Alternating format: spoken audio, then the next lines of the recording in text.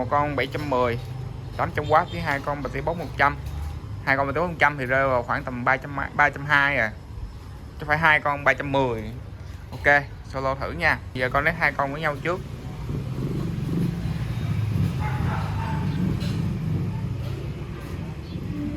Đó, nghe cái tiếng đó là ok rồi đó. Được đó. Rồi vô. Hai con 2 bốc 100. Ở đây là con PARTYBOX 710. Hôm nay mình sẽ test outdoor ngoài trời, hỗn hợp khá là ồn nha mọi người, khá là ồn. Ok. Thì chủ yếu cái mục đích của hôm nay mình test là test thử coi là con này ngoài trời như thế nào, và mình sẽ mở cái nút bass là mức 2 luôn nha. Mức 2 chưa ta? 1 nè, mức 2 nha. Con này cũng mức 2 luôn. Ok. Rồi, chơi mắt volume khô máu ngoài trời nha các bạn.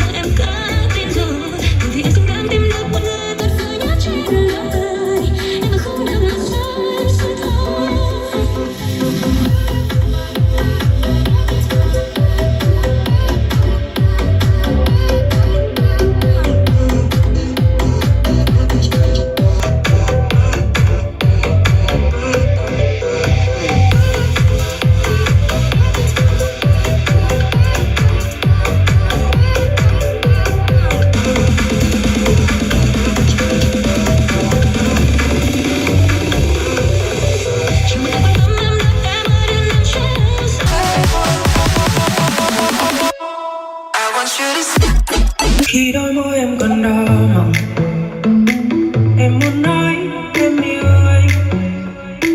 Khi bên còn trong hơi thở, lại gần hôn anh đi.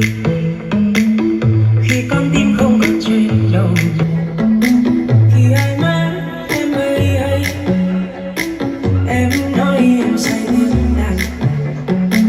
Vậy lại gần hôn anh đi, lại gần hôn anh sẽ đến trời. Lại gần hôn hãy em để anh chơi. Giờ còn đôi ta, kia núi đây là. Giờ còn đôi ta, em có muốn đi thật xa. Ta chỉ sống một lần trên đời, suy nghĩ lắm chỉ em ơi. Bao nhiêu yêu thích trên đời, thành vị ngọt trên đôi môi. Lại gần hôn anh sẽ đến trời. Lại gần hôn